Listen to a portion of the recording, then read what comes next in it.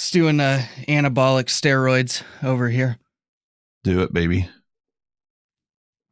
Do you have to shoot those? I don't know. I don't know anything about steroids, as you can tell. Nor do I, obviously. Welcome to the 24th episode of the Obscure Hotline, 24/7, all day long. I'm Bronson from the Audio Hotline, and this is... Mark, 24/7. Perfect, dude. 24/7, bruh. Hell yeah. That's Mark awesome. Obscure mics. That's what I should have said. Yeah. Yeah. Yeah, dude. So we're recording on January 27th at like noon. It's a Saturday. Pulling a nooner. It's a weird one. It's a 2 o'clocker for me. Yeah. Oh, yeah. I guess that's fair. Eastern Standard Time. EST, baby. 2:15. So, yep. Yeah. So yeah, this is a very weird time for us. But there's one thing that what was it? There's one thing that we talked about 2 episodes ago. But it was that alien thing in Florida, and you were like, "Oh, you got to look into this," Oh yeah, did you? I did. I ended up doing it actually earlier today. I just like randomly remembered to do that. It seemed very, the whole thing seemed very like straightforward, like kids being douchey, but I love that they like spun the shit out of that. It's hilarious. Did you see the lineup of cops though? It was weird. It was weird. So it was like uncalled for. So apparently what they said on this place was that the kids in the mall were like throwing fireworks at each other, like firecrackers. And so someone close by thought it was an active shooter. So they sent like 60 cops. So that makes sense. So, yeah, I guess that makes sense. But yeah, the real reason I brought this up is I was thinking about it as I was looking this up. And I was curious, like, I'm always I love fail videos. I don't know if it's like just me being an asshole and being like, haha, I didn't do that. You look dumb. I don't know. Maybe I'm just being a douche. But what's your favorite kind of fail video? Describe to me what a fail video is. So like a fail, make sure I have the right context. You could have like a skateboarder breaking their leg. You could have someone on a snowmobile. You could have why I bring this up. My favorite of all time. So I'm looking up this story, dude. News anchor fails and reporter fails are the funniest fucking ones to me. I just love it so much. Those are good. The first thing that came to mind for me was the milk crate challenge fails. Oh, okay. Yeah. Okay. The people that were getting on top of like 10 and 20 and just falling and breaking bones. Dude, like, that shit is hilarious. Yes, like, that is funny. Harm on anyone, but like, don't fucking do that. Exactly. Yeah. Like if you, really stupid. Well, and that's like the funny thing. I guess that's the thing about it is like people doing dumb stuff and getting injured. Like that's funny. Like that's just funny to me. Like can be.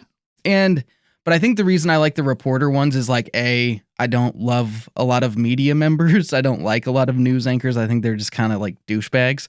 With you there.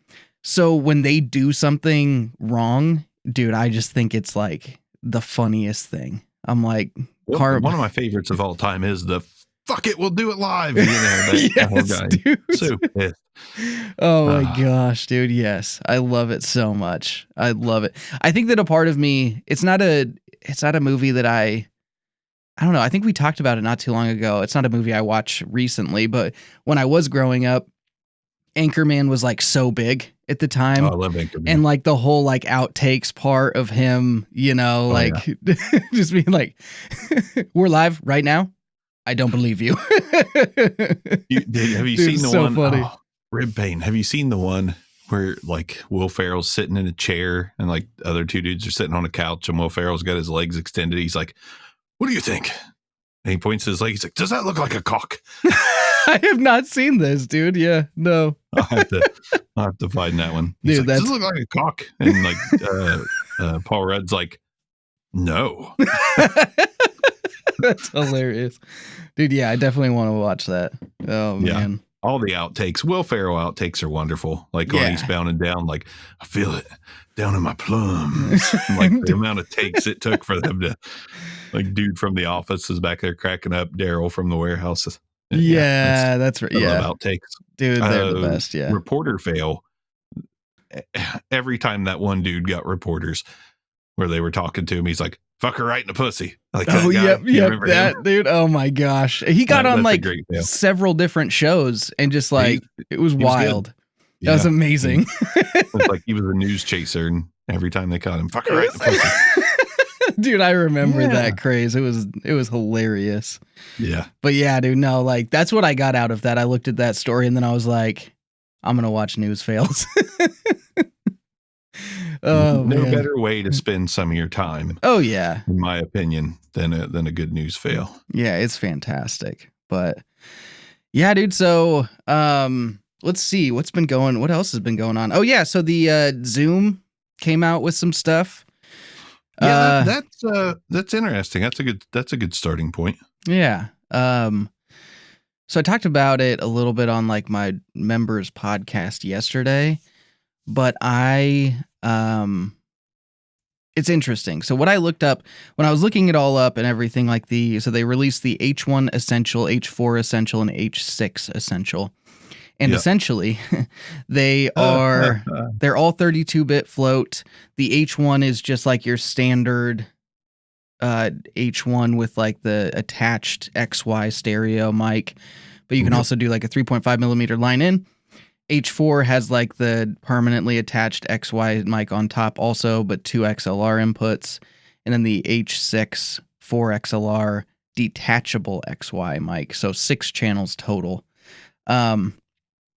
My biggest concern with it is when I was looking it up, I was looking for like what the gain range is going to be, like how much gain these are going to have, because like the H6, I think it had like 55 and it was fine. The H5 wasn't as good, neither was the H4. I'm not sure how different they were preamp wise, but it always seemed like when I used the H6 it was a little bit better. But so when I was looking for the gain range, I noticed that it would say 32-bit flow up to 96 kilohertz, right? And under the audio interface area where you plug it into your computer, it also said 32-bit and 24-bit. So I'm under the impression right now, because I couldn't find a gain range in the recording area or anything, I'm under the impression that you can't record 24-bit, only 32-bit on those devices, which I'm like, I don't love that. No, I don't love that either, because I mean 32-bit float is it's fine, it's cool, but it's just not needed in most situations, in my opinion. So I mean, when you think about it, like, are musicians ever going to use 32-bit float? I would say no. Maybe they do, but to me it is very much a field recording kind of thing. There's only the only kind of music that I would have ever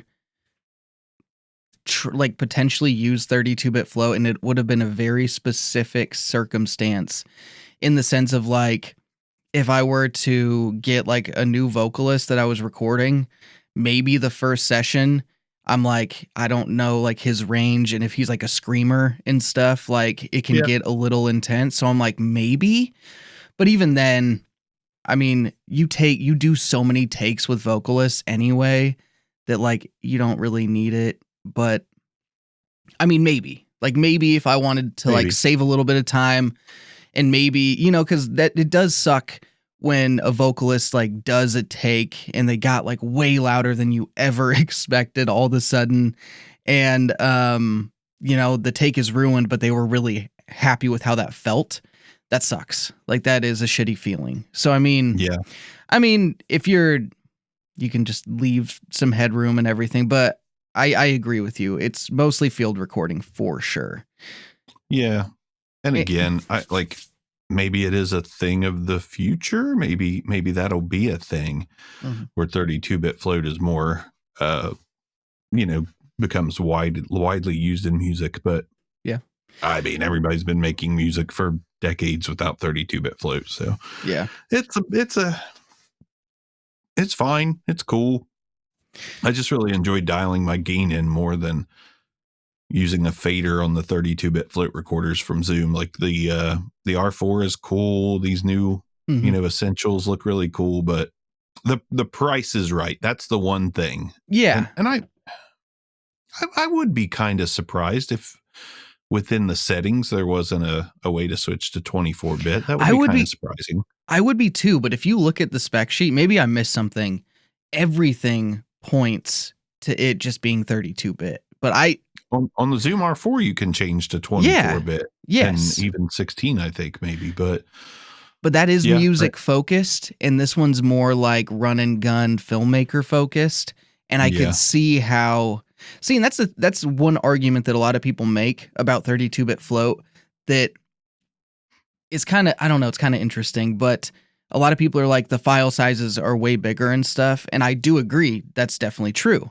However, I've always looked at it like even a 32-bit file, if I'm shooting video, is so much smaller than my video files that I'm like, yeah, whatever, but like, so it's just like, it's a different, I don't know. It is definitely a different beast for sure. I mean, I don't know, but I could see it with it being like filmmaker run and gun. Maybe it's only 32-bit. Maybe people wouldn't care, but I think that they're kind of like excluding people if they did that. You know what I mean? Like, but at the same time, you've got those other options that are not outdated and old necessarily. So, yeah, it's interesting. I'm kind of curious what the H6 is going to drop down to now. Oh yeah, because the new one's what? It's the $199. So the new one is $300, but the H4 with the 2 is $199. So that's been like the standard H6 price though. So I'm assuming the H6 will drop down to maybe 200. Yeah, I don't know. Or no, not 150. The H6, you're talking H6, H4 to 150. And yeah, dude, the H4, I always have thought that thing fucking sucked. And also, I owned one, but I don't recall using it very much. Yeah, I did not like the H5 was fine. I'd never liked the H4. There were just like some finicky things with it that weren't as nice as like the H5. But the why they made an H4 essential instead of an H5 essential, I don't get it. That was confusing. Yeah. Because like I don't, the H4 is pretty old. The H5 was like a proper update to that. Yeah, and it's opinion. Like, why have the permanently attached XY? Like the main difference was just a couple things on the H5 and being able to remove that. I'm like, dude, just do the H5 essential, not the H4 essential. I didn't like that, but yeah, it was a little strange. But I know there was people out there that have been like H4 fanboys. Yes. So maybe that's part of it. I don't know. It's possible. Yeah. The H6 essential with like the removable XY mic and everything, where you can put like the different little modules on it. I really hope the old ones fit. If they do like a new line of those and the old ones don't fit, I think that'd be fucked up. Because a lot of people like that'd be people paid a lot of money for those extra attachments back in the day. So, and they weren't super cheap either. Like the double XLR one that I have that you can add like 2 additional dynamic microphones to it. I mean, that thing wasn't cheap. And so I'm like, dude, I really hope they don't do that. That'd be really annoying, but it would. But you got to hand it to Zoom. I mean, out of all the companies that are pretty regular with releases, like they're probably on top of the market, in my opinion, as far as like just pure releases go. Like they're always releasing something, whether it's the little AMS series for streamers, like the little, blue and black little tiny interface. Yeah. And there's just always something, whether it's a new console or I bet, that's coming next. They're probably going to release some kind of Rodecaster 2 or stream. They had one that was, I guess it wasn't like that. It was kind of like that though. I can't remember what it was called. I feel like they will come out with something like that also for sure. They had the P8. That's probably what I'm thinking of. Yeah, that is what I'm thinking of. The mixer style Rodecaster kind of style thing. Yeah. Then I'm sure they'll come out with some 32-bit float ones. That's probably what's next. Yeah. Dude, like from a field recording, like getting really clean takes and stuff. I mean, like the H6, I think is like I'm sure the new H6 Essential will be better, but it was like fine. But I mean, like to really get better quality stuff, like I think you had to get to like the F line where it was like the F3, F6, F8. Yeah. And those are the ones that I really do love those. I could say that my F6 gives my Mix Pre a run for its money for sure. Which is huge because the Mix Pre is what, like a over $1,000 device. Yeah. So I mean, the Mix Pre 6.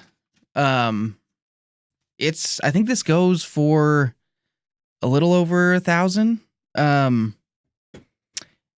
the F6 is like 700. So I mean, a big difference. But I would say, dude, like there are things that are definitely better about the Mix Pre. So yeah, it comes in at 1060. The Mix Pre. What would you say the shortcoming is on the Zoom side as opposed to the Mix 6? I would say, so I mean, there are nice, so and that's kind of thing that sucks about it a little bit too. There are nice things that you can actually get from like a software standpoint for the Mix Pre 6 2, like these really nice limiters and everything like that you can buy additionally and install them and stuff. And so like there are cool things that way. But it just comes down to form factor too. That's a big part of it. The way that the F6 dominates, in my opinion, is battery. The way that the battery is set up on the F6 is amazing. You can use AA's in the bottom, or you can use like the very popular Sony NPF batteries or whatever on the back. Yeah. Whereas with the Mix Pre 6, it comes with like a AA thing and a USB-C like power adapter. But if you want to use like the bigger Sony ones, you have to buy another little attachment. And it's kind of ridiculous that way. So, I mean, from a sound standpoint and from like capability standpoint, I do think the Mix Pre 6 is better. But if someone was going to be like, which would you recommend? I'd probably just say the F6 because it's good enough. Like I don't think that anyone's going to have super big complaints with it. But I do think like preamp wise, the Mix Pre is a little bit better. But yeah, I don't know. Yeah, it's tough. Zoom's never been super known for their preamps. Like that's a good description for their preamps too. They're good enough, but they're not like amazing. Yeah, for sure. So I mean, dude, like the Mix Pre, I think when it comes to like a little bit more professional stuff, like I think it's fantastic.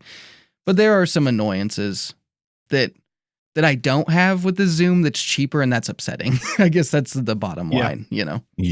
And usability is really the name of the game. Versatility, I guess you could say. Yeah, for sure. They're both great devices. It depends on where you're at and kind of what you want out of it. Yeah. But that's a lot of things. I love the F3. Dude, the F3. Oh, I love it. Just the size and power and, it's the build. It's like holding a block of plutonium in your hand. It's ridiculous, it just dude. Feels great. It's awesome. And I wish I had more reason to hold on to something like that, but I just don't. But I mean, that's a banger of a portable recording device. This might sound crazy, but that might be my most used device. Like, makes sense. Period. I mean, it's just so easy. It's just so. Yeah, it's pretty much everything in such a small package. You can just travel with it really easy is a big part of it. So, I mean, like, if I ever want to just go, like, if I'm shooting some video for someone and I do just want to capture some audio, like, that's the thing I'm just going to grab. Like, it's just easy to travel with and you don't have to worry about it. Its fucking build is ridiculous. But dude, I was kind of wondering, to jump back to the Zoom Essential stuff.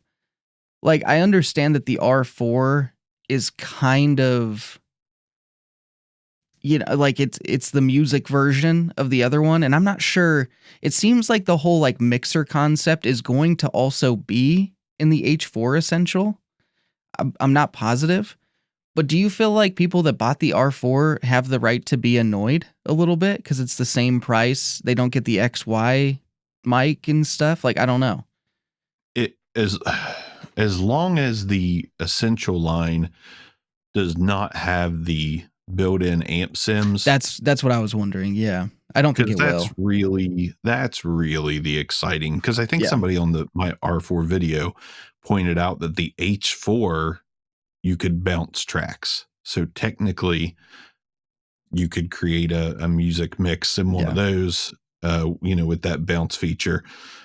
So I don't know. I mean, I think the R4 is really cool. I don't need the XY mics. I think they're kind of for some people, they're just kind of space and room that you'd rather have back. I take mine off. Yeah.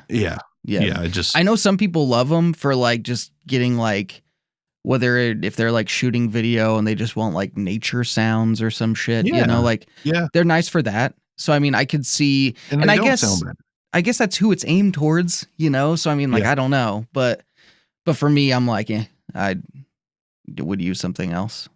That's just the options. And I'll say that's one of the reasons I was excited about the R4 is because I don't want those XY mics.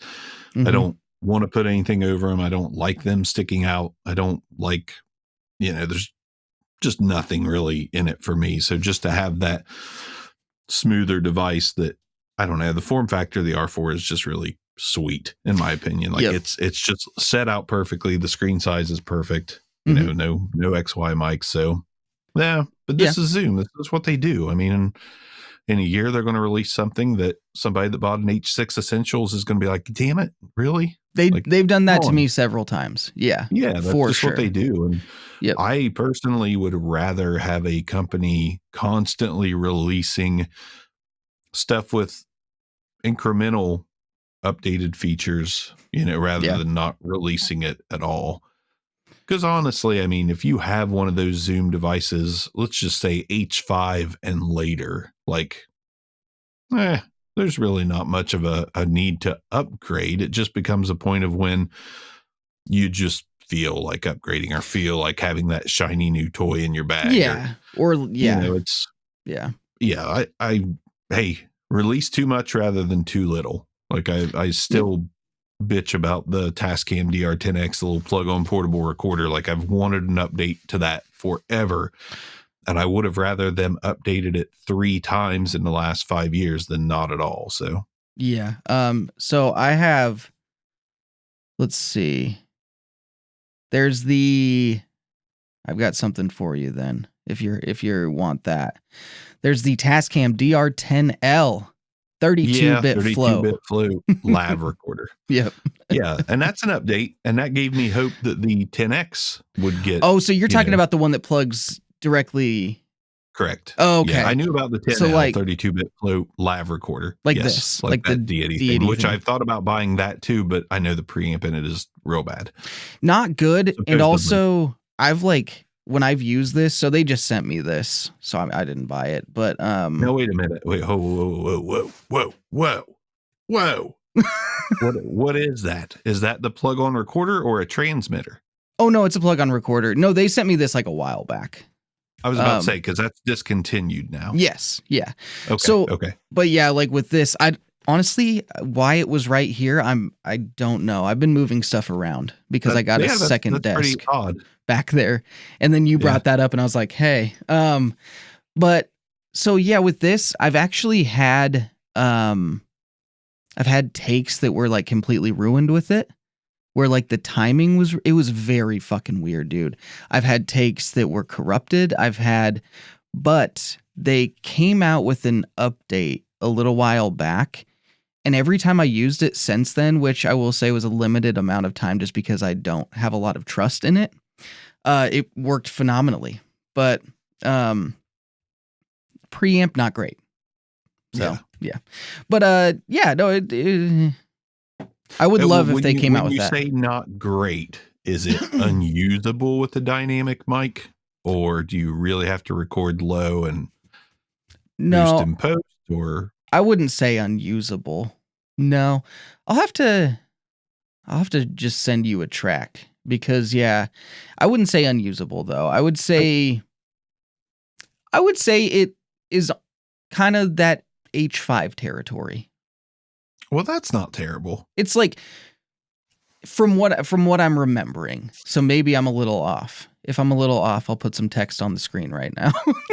Quick pause from the podcast. Right now I'm using the SEV7 with that Deity HDTX. And I just wanted to come on and disclaim it is in fact worse than the Zoom H5 when it comes to the preamp. Right now there is no processing on this, and it really is a pretty noisy preamp that I would really only use with like small diaphragm condensers or shotgun microphones, something that uses 48 volts of phantom power. All right, back to me being a dumbass. Do you know if the preamps improved with the update, or did they definitely not? I can't remember. Because now we got the Rode AI1. Like, I'm still blown away by the fact that they gave so much more gain, cleaner gain with a firmware update. I was on the verge of like giving that thing away, like just because I was what whatever. Good is it? It was, dude. It was okay. They did that, and I was like, "Holy shit!" Now it's good. Yeah, that interface went from fine to really good. I keep it in my. I think this is what audio addicts do. People that are gear addicts would be a better definition, but I keep that Rode AI1 in one of my coffee tables with a SM48 and a XLR cable, just in case I want to hook up real quick and do anything while I'm sitting on the couch. I love it. And I'm just like, man, like is the Rode AI1 the simple, no frills interface to beat at this point after that firmware update? Yeah. And that's actually funny that you mentioned that, because I was on my members podcast last night. I was talking about how I got this new desk behind me and how it's been like kind of exciting, because I initially got it like, oh, it'll look cool in the back and I'll just keep it really clean and I won't set it up for audio stuff. I'll just have it be like more like my work stuff. I can edit on there, but I just want it to be nice and blah, blah, blah, you know? And so I get it set up and everything. And I'm like, but what if I like set up a second setup though? You know, I was like, but what if I make it like another place I can record audio? And so I was like, talking to the king of that, you know, so I'm like, fucking yeah, I'm going to do that. So last night I was like, well, what device could I have on there that's small, doesn't take up a lot of space, that works really well, blah, blah, blah. Rode. The Rode, you know, AI1 came up in my mind. I was like, holy shit, that's the one. And then you mention it right now. I'm like, yeah, no, I think that it's kind of awesome now, which I'm surprised. Me too. And I had wanted one for a really long time because I love the form factor and I know it's tank-like in its build quality, and I know the knobs, like you couldn't get much more simple, small, and effective, but I never bought one until I saw that firmware update. And then I found somebody selling, you know, one of the studio packs with the 4th gen NT1 and I got both of them for, oh my God, like $130 maybe, or something like that for both. And I was like, I got that thing, updated I got that thing, used it, and I was like, yeah, this is fine. Now let's update the firmware. And I updated the firmware, and then I used it again. I was like, dude, it even sounds better. It's weird. It's weird. It's just all around. Like, it's like they took a device from 2016, I think. And with the firmware update, thrusted it right into 2024 as like, I think I'll just say it. I think it's the best no frills, straightforward, minimalistic interface you can buy for $150 or less. Like, it is honestly outstanding now. Yeah, dude, $129. Like, I'm not mad about that at all. No. I mean, you don't have a lot of IO or anything like that. You know, it's a one in, one out kind of deal, but it's phenomenal now. Yeah, it's really solid. Does it connect up to Rode Central now, or Rode I don't know. Connect? Fuck, dude, I can't remember. Why, it's a real good question. If it does, this is like the ultimate, in my opinion, like, if it does connect up and you can do that, I don't know if it has that though. I'm not sure if I don't it's either. capable. If it's, let's see. But it'd be kind of like the Elgato Wave XLR killer if it did have that. Yeah. You know? And that's a pretty solid device for the money. That's up there with some of my favorite, just straightforward one person interfaces. But well, because that doesn't even have like the left and right out like the AI1 does, you know? So, I mean, no, it's just a headphone out and that's it, which is fine for people that are just doing, what we're doing now. Yeah. But I'm big on every interface, no matter what, that I get having that left and right, because I do use studio monitors like a lot. Like, right. I use studio monitors more than I use headphones. And so, I mean, it's kind of like a deal breaker. That's the big reason when we talked about the Elgato Wave XLR, it's a big reason I didn't buy it. Like, actually, that was the only reason I didn't buy it. Yeah, that's a pretty big oversight for a lot of people. I mean, I get what you're saying, though. Like, people that are doing this and people that wear headphones all day, gaming or whatever, like, they don't give a shit about that, you know? No. But no, they don't. A lot of people, honestly, don't even have studio monitors. I mean, especially if they're just podcasting or this or that. I actually didn't have studio monitors for a long time until I moved out to this new place and redid my whole setup. And now I had a pair of Sterling studio monitors that were just kind of sitting around. So I went ahead and hooked those up and I have used them quite a bit. And now, I do want that, that IO to be able to use them, but well, speaking of studio monitors, I really like the Yamaha like HS series, like the 5s to 8s. I've owned the 5s, the 6s, and the 8s, depending on the room size that I've had throughout. I've like sold and bought different ones depending on like kind of what my room could handle. At this point, like every company that I've talked to about it that has wanted to send me stuff, they're like, yeah, your room's kind of like a 5-incher. And I'm like, just like me, baby. I'm just sorry, not to brag.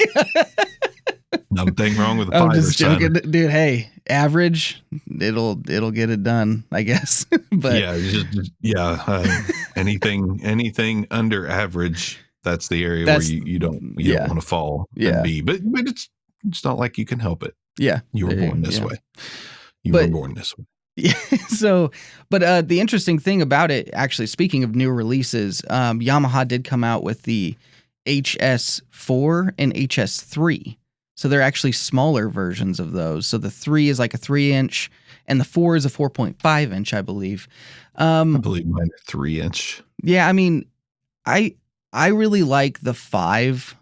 I think those are really, I like 5-inch monitors, especially for smaller rooms and stuff. But I'd be really curious to see how those perform, just like Yamaha hit me up, you know? Yeah, please. But I've got these, and then I think, no, that can't be what I have. I have a pair of M Audio. Yeah, they're 3-inchers too. Gotcha. Yeah, a pair of M Audio studio monitors, the BX3, because they're super cheap. I think I got them on Stupid Deal of the Day for like $50 for the pair. Those things, I don't need a lot.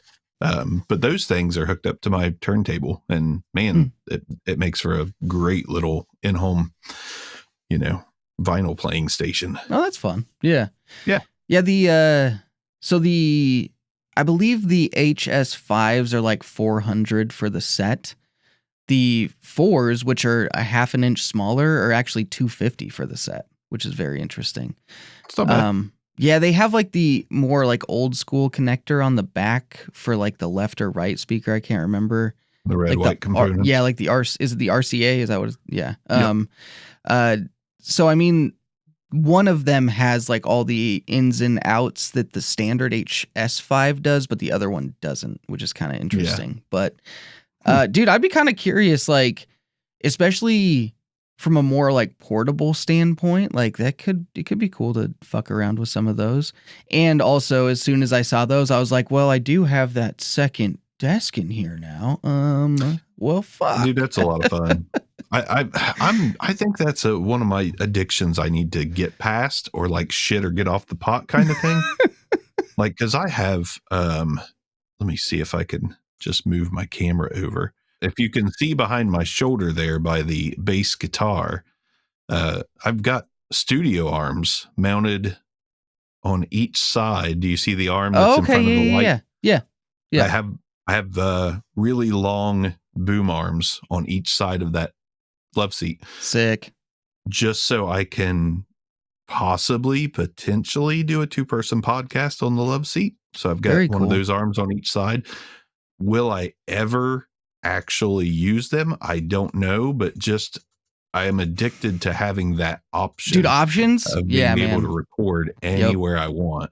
Yep.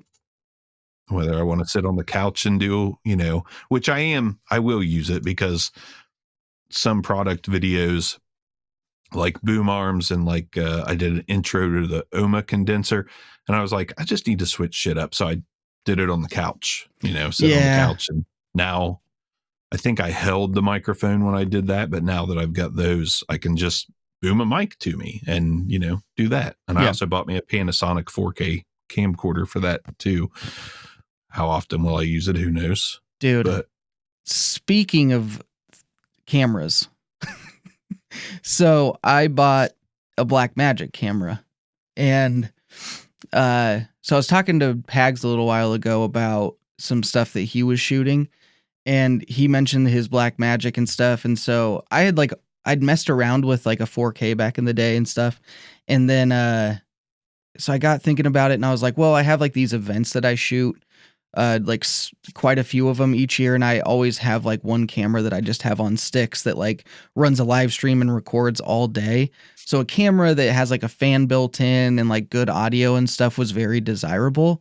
So I moved from a Lumix to a Blackmagic 6K G2. And dude, I was trying out the preamps in that. So it has the mini XLR, so you can just get a mini XLR to XLR adapter. Those preamps are fucking awesome in that camera. In the Blackmagic? It's sick. I was like astounded. Like, really way better than my Sony XLR adapter. Like, way fucking better. And so dude, I was thinking about it. I was like, dude, maybe Bark needs to get a Blackmagic 4K, because I feel like you'd be happy with it. It's too late now, but because you can find them. I'm also a bargain shopper. How much is Blackmagic? So you could probably get one of those used on a good deal, like 800 probably. Yeah, see, I went half that. I bought a Panasonic HC VX981, which is an $800 4K cam, but I got it on a used marketplace mint condition for like $400 even. So gotcha. I don't know how it's going to do. I bought it for multiple purposes: half Obscure Mics, half Porn Empire. Hell yeah. And now I'm Blackmagic's 800 new, you said? Oh no, used. I think they're like, okay. I think they're still 1200 new. I'm pretty sure. Something like that.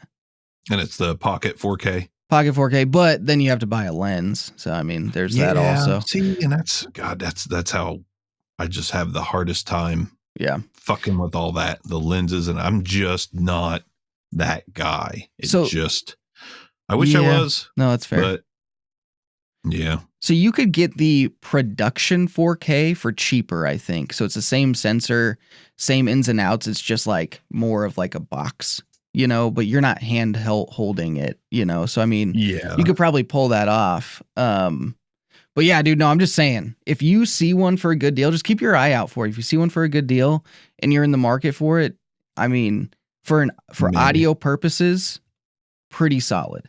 I plugged in.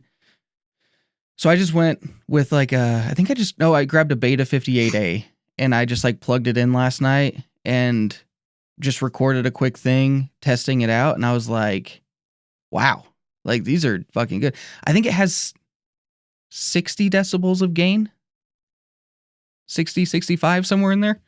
But out of that thing. Yeah. It's sick, dude. So sick. I was stoked about it. But yeah, no, I was very happy. Very pleasantly surprised. I was shaking my head when you mentioned Pags. Oh, what's that? And it's just, yeah. And I just wanted to clarify, like, I probably looked like half perturbed or disgusted when you mentioned Pags, and that's not the case. Like, anytime I think about Pags, I'm just, if I was to project a channel just shooting to the moon, it's Pags. Oh yeah, I could see that. That dude, I just like, his music tests, fucking phenomenal. Sick. Yeah, for sure. They're perfect. I mean, they're just insanely good.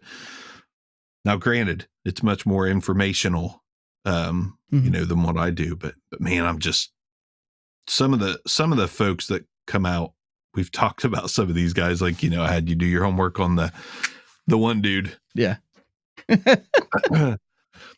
Some of these are like, not breaking new ground or not perfecting an already done thing, but hats off to Pags. What a good dude.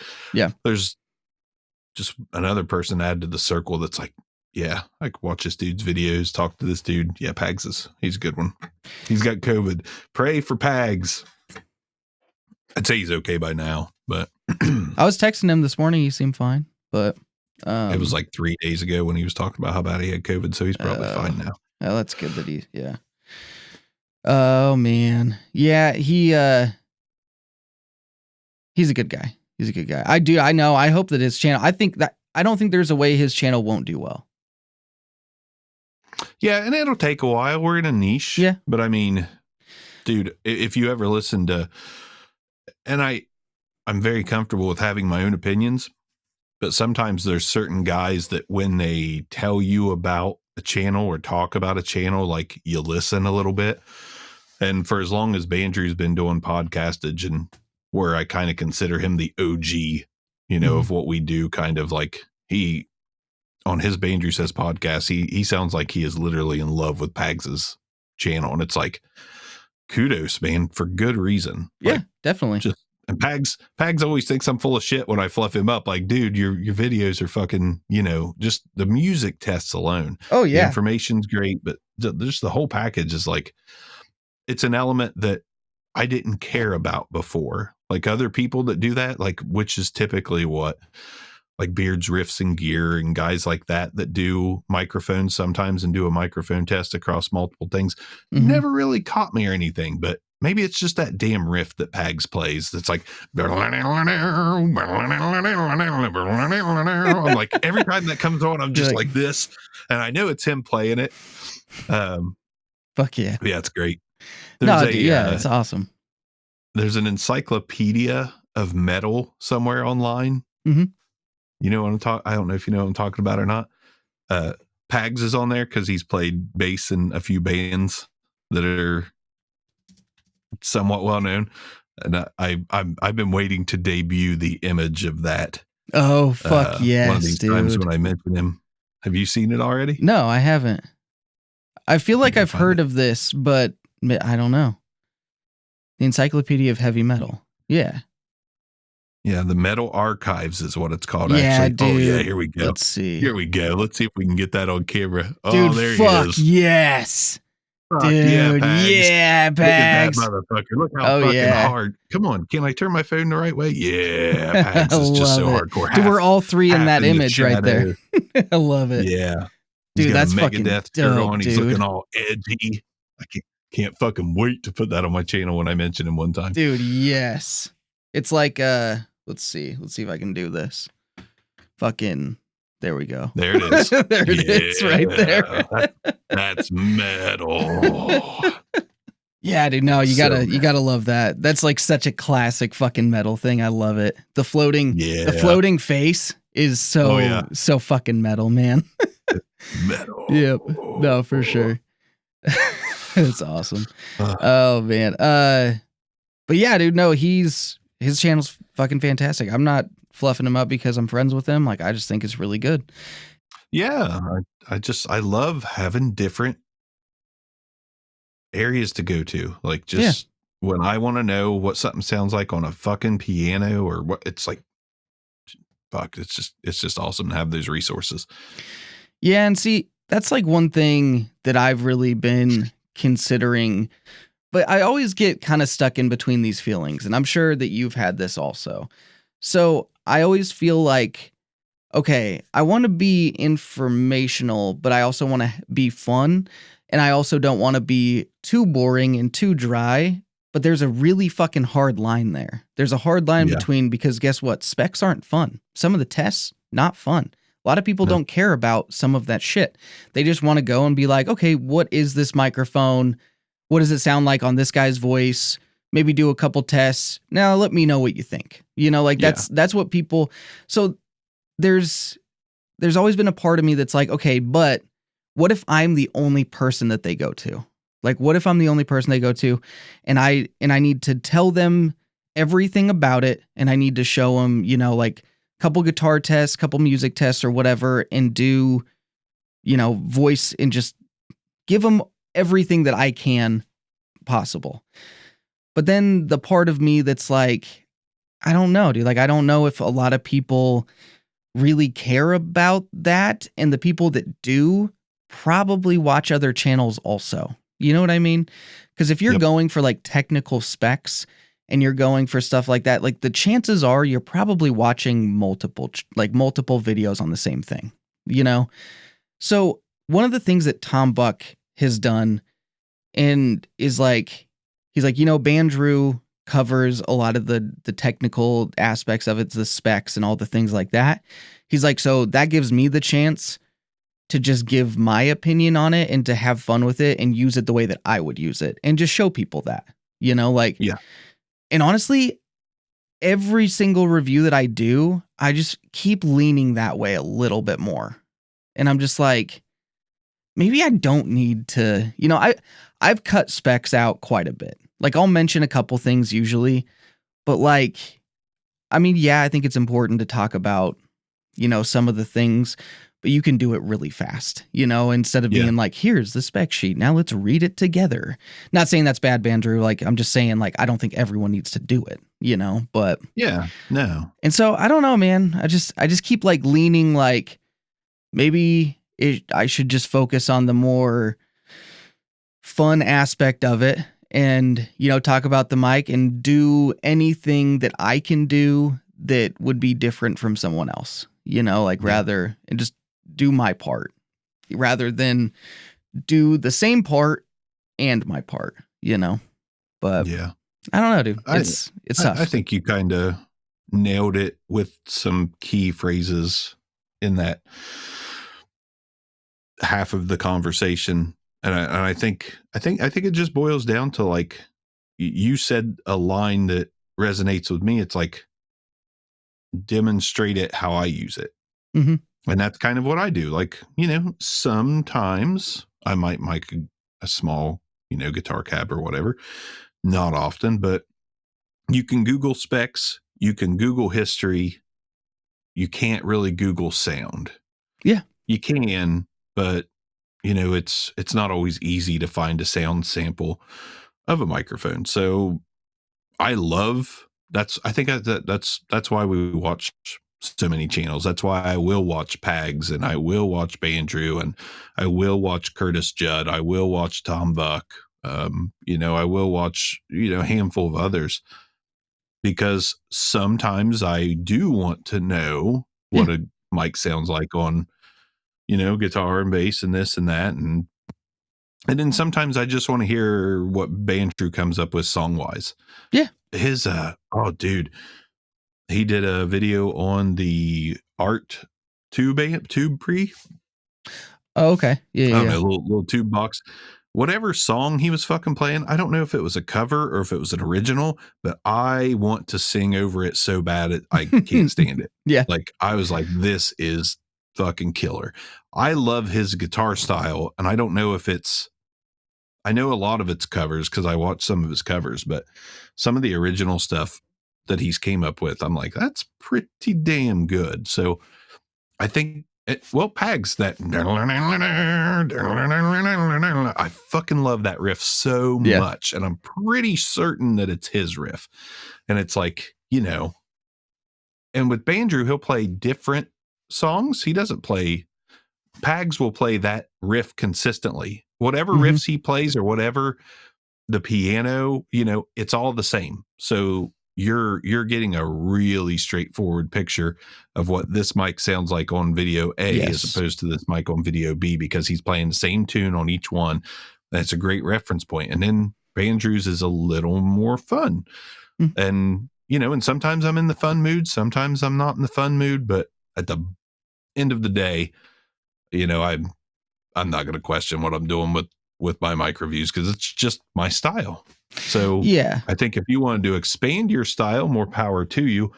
But that is definitely a kind of a mind fuck, because I have those same thoughts. Like, do I need to bring more to the people watching? And when I start thinking about it, I typically just go with a hard no. Yeah.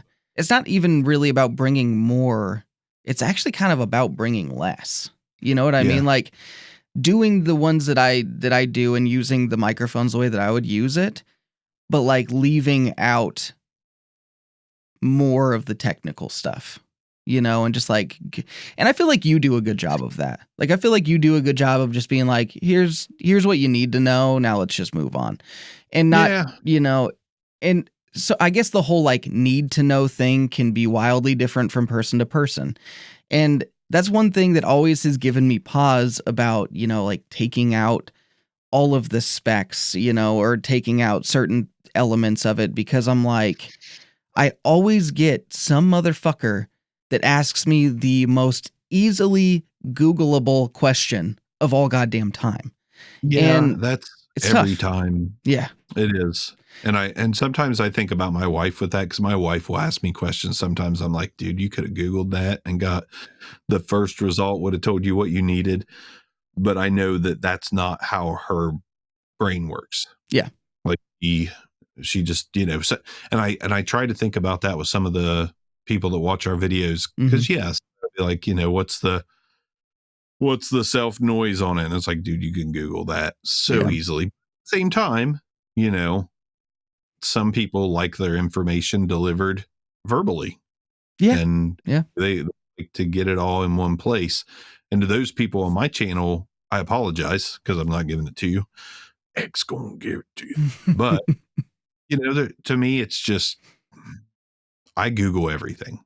Like, if I don't know something, I Google it. And I think that's why I do just give you the sound and not an overabundance of information, because my personality type and the way my mind works is, you know, I am big on reading the information to the point to where when an audio reviewer starts talking specs, I'm like, where's the fast forward button? Yeah. Because I don't need, you know, I'd rather read it because it'll stick with me if I read it. Same. If I hear it, does it stick with me? But if I hear the sound of a mic, that'll stick with me. I can't read about the sound of a mic. I can't read that this microphone I'm using is overly bright and lacks bottom end. Like, I'd rather hear it. Yeah. And then in my opinion, I think if you do have a good understanding of how to listen and interpret audio, I think you can hear a mic and know damn well what it's going to sound like on a snare drum or a guitar with distortion or clean. I think once you hear it on a voice and you pick out the intricacies, like some people will watch a video and be like, there's a honk in the microphone at 400 hertz and this and that. If you know that, you're going to know what it sounds like on an instrument. I agree. For the most part. I agree. Yeah. That's why I leave a lot of that stuff out, because I think, like, I've had to train my ears and my understanding of audio. That's by no means professional, but the longer I do this, the more I know what it's going to sound like on a different source or a different voice, or, you know, like a girl on my Discord server was like, you know, I've got a really high pitched voice. I don't want to come across as like screechy or tinny or this or that. And I was like, get a Pod Mic Super D. Actually, I'll mail you a Pod Mic Super D, because it's the darkest fucking thing I've ever heard in my life. It's a dynamic end address mic. It's cheap, dark as fuck, and the highest pitch of voices is still probably going to be brought down to like a perfectly barely above flat level. And I'm like, get that fucking thing, man. Or the Aston Element, you know, you know, there's a fix. And if you've heard the mic, you know what the fix is. Well, yeah. And I guess like a big part of like even why I will include like acoustic guitar or electric guitar really isn't for the fact that it's like, I feel like a lot of people play acoustic and electric guitar, like that is the case, but I'm like, anything that my voice doesn't cover frequency wise, like this will help, interpret anything. So that's about it. You are an accomplished guitar player.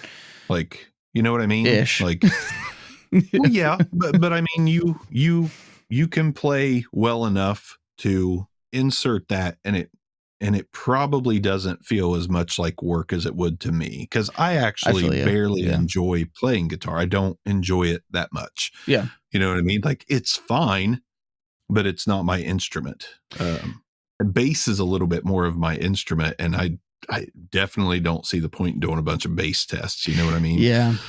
So I think it just pertains on who you are, what you do, what you enjoy, like, if you enjoy playing the guitar, you should probably throw some guitar tests in there, because that's me. I enjoy talking into microphones. So that's essentially what I do. So I think it just boils down to that for everyone. What do they do with it? Like you said.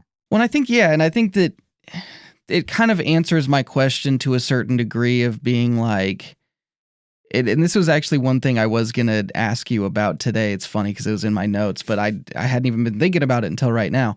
But I don't know, man. Like, I think that where I'm at is like, I might include a few less technical details, because in my opinion, I'm kind of like, I'd rather talk about the microphone, whether it be like my history with the company, competitive products to that microphone or product, like I'd rather talk about those things than focus on like the technical specs and like the very, like dry things that I feel like a lot of people cover and I probably don't need to, but the question that I had for you, because I do think there are ones out there, but do you feel like any of like the standard audio tests that like 99% of like audio channels do you think any of them are like kind of fucking pointless? Plosives, yeah, that's a good point. Yeah. Completely. I mean, as far as like the basic tests that I do, which are all derived from Bandrew, sorry buddy, stole your shit. Off-axis rejection is probably my favorite test. That's like fair. That's, to me, that's the one that means the most. That's the most useful. Plosives test. I've been talking to this without a windscreen all day, and I'm sure it's Peter Piper. Terrible plosives. Yeah. Don't fucking talk right into it. You know, it's like the most pointless thing ever. Like, I could accidentally throw a plosive in there, and I apologize if I have or do, but windscreen, pop filter, super easy. I mean, a windscreen 99% of the time, maybe tames the tiniest bit of the top of the frequency, maybe. Yeah. So that's pointless. I think proximity effect is fairly pointless too, because I don't know. If you don't want proximity effect, get an electro voice, get an RE20. Yeah. If that's not what you want. If you do want it, get just about any other mic. Yeah. And it'll absolutely get heavier when you get up on top of it. So, but plosives for sure. It's just, I do it.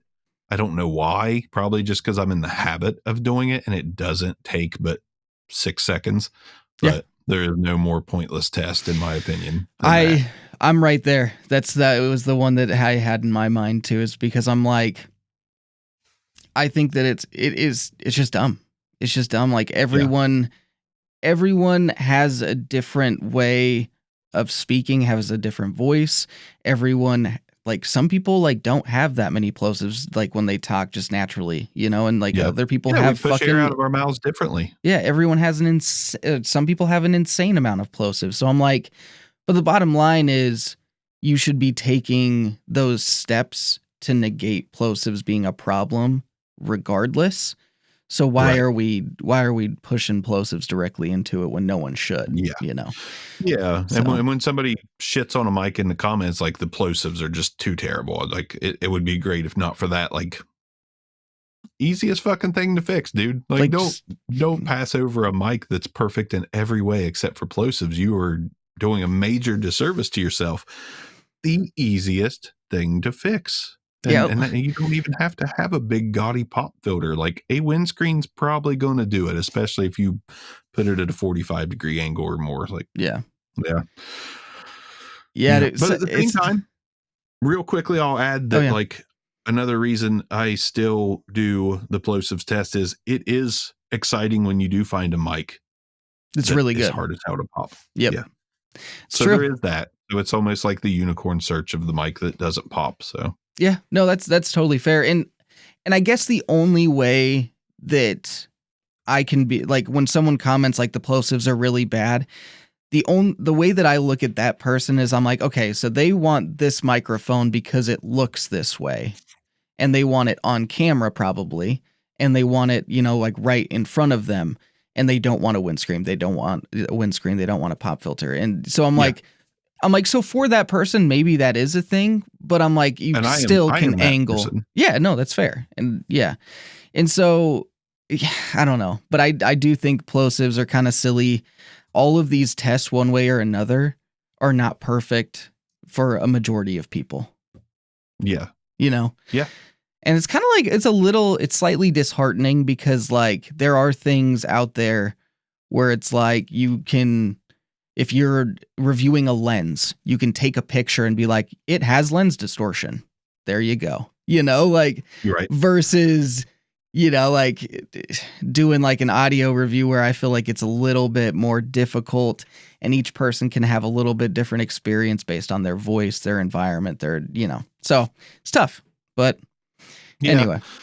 And that's a good point too. I'm using a shock mount now just because it came with the mic, but I also prefer not to use a shock mount because the weight on the arm is one thing I think about, the extra step in miking something up. Yeah. And I don't, usually when I'm doing something like this, I don't touch my desk. I sit in front of my desk and I may do something on the keyboard, but like I'm always very aware that I don't just want to bang. Yes. Know? Yeah. It can happen, but shock mount or not, you're going to get some kind of sound from it if you actually bang something. Yeah. You're banging stuff, dude. You're going to get a sound regardless. But I just really like minimalistic. Dude, I really enjoy no pop screen, no wind. Now, I will say a windscreen is different. Like I don't like using a big fluffy fat windscreen, but like the SM7B, awesome looking with a windscreen. The LS208, I think it looks better with a windscreen. Yeah, that's fair. It adds that extra layer of protection. Like I won't put one on this because then, we're talking a lot more girth in front of my face. That's what she said. And just don't want to do that. But some windscreens are aesthetically pleasing. So I will say that most of them. Yeah. Yeah, no, that's fair. But dude, when you were saying banging stuff, speaking of banging stuff, dude, you got Obscure mics, you got Obscure tech, Obscure fucks coming to an OnlyFans soon. Yeah, Bronson really hit it out of the park, man. If I can just get that going, like Obscure fucks on OnlyFans, just random banging in random places. Yeah, dude. I would love to be on top of a corn silo just pouring the coals to my wife, That'd be great. Like guardrail out in the middle of nobody, or, just a fucking fantastic. Dude, corn silo. Dude, slob on the knob like corn on the cob playing in the background. Well, yeah.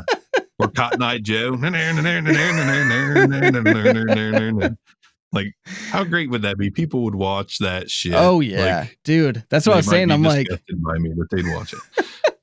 I'm like officially, that's what I was saying to you. I'm like, I'm officially a writer producer of Obscure Fucks. Yeah. I'm credited. Benny Hill song. Dude, oh my gosh, man. So much. Oh, so funny. Oh, dude. Fantastic. Yeah. No, that's awesome. But it's a great idea. Oh, yeah. Dude, I think people are all about people fucking in weird spots. Like, I think that's just like a thing. I don't hate it. Yeah. I don't hate it at all. Like, I think it's fun. It's a lot of fun. We just, again, demonize sexuality so much. I'm just like, fuck that, man. I want an OnlyFans channel. Like, Yeah. and I don't care who's like, oh my God, he's so gross. Don't watch, you know? Yeah. No, dude, But like, if you want fuck to see that. someone banging on a corn silo, you know where to go. Yeah. Well, I don't know how much time you have left, but I did have one more question for you. Technically, I have 5 minutes. My kid did text me and say he's going to stay at the party a little later, but I got to go pick my wife up shortly. So, oh, gotcha. Okay. I get this comment quite a bit. So we have the whole discussion with shotgun microphones. You shouldn't use them indoors. There's the blanket statement of that. Like, you should use small diaphragm condenser microphones instead. What do you think of that blanket statement? Don't use shotgun microphones indoors. I think there's a gray area to everything, but you saying that instantly brought me something that pissed me off really bad. Tiny desk concerts. Oh, okay. Yeah. Shotgun mics. NPR. Yes, but not always. Yeah, like they used to, but recently they had, like, I watched the Post Malone one because you know how I feel about old Posty. Mm-hmm. And everyone had shotgun mics in front of them, and I heard every plosive, and I heard, and they did not sound good. No. They just didn't. A concert and you're going to sing into a shotgun mic. I was so confused when they did that. Yeah. Me too. And I was like, dude, like, yeah, it's still good, but like it doesn't sound as good as it could sound. Yeah. And there's been some fucking killer Tiny Desk concerts. There's been some killer Tiny Desk concerts. They would be better using SM57s for everything. For everything, yes. And I'd prefer it. Yeah. I'd be fine with that. I'd be fine with any dynamic or condenser setup they have. But the shotgun mics are like, I just don't get it. Yeah. Why? I don't get it. That is weird. Like, are they thinking for the rejection? Like, listen, at the end of the day, like, all mics that are a cardioid pattern, like, you can find good off-axis rejection with any dynamic, and then you're talking into a condenser that's baller with off-axis rejection. Yeah. You don't have to use a shotgun mic.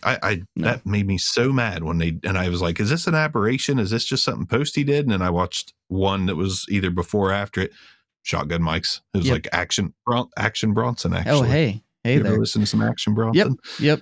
Dude, that's what everyone called me in college, for sure. He was like kind of popular around that time. Yeah. Of course they did. But yeah, he was using them. And and he was moving a lot. And as soon as he'd move off the mic too much, you could barely hear him. And I was like, what are they doing? Yeah, it's weird. This is dumb. It's fucking weird. And I was mad. Yeah. So I'm going to go with the side of don't fucking use them for anything indoors unless you know how to use them indoors. So yeah, that's what I'll say. The gray area that it hits me with is this. So if I'm doing a shotgun microphone review, what I'm trying to do is give you an exact sound of what that mic sounds like in a perfect condition. I don't have reflections really in my office. Like my room is very well treated.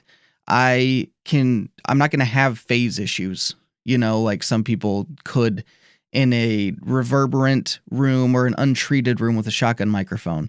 So I'm like, so I'll occasionally get the person where I do like a shotgun microphone review, and some of it when I'm doing like the initial tests are like indoors in a treated room. They're like, you shouldn't use it indoors. And I'm like, okay, well here's the thing. You know what I mean? Like I always show outdoor stuff with shotgun microphones too. But I was curious, like blanket statement. I think that the blanket statement kind of fucks stuff over because I think you can use them, but I don't think you should a lot of the time. You know what I mean? But I just think it's tough. But yeah. And I will say, like, I don't know. To me, for what I do, shotguns are the least useful microphone in my arsenal. And some of them are great. The Asden mic I had, like, I could use that for podcasting and stuff all day, every day. But I think if you're doing voice applications that aren't out of shot, like you want your mic out of shot, I don't know. There's some out there that buck the trend. There's some shotgun mics that buck the trend for sure. But overall, shotgun mics, in my opinion, are better used for what they're used for, industry wise.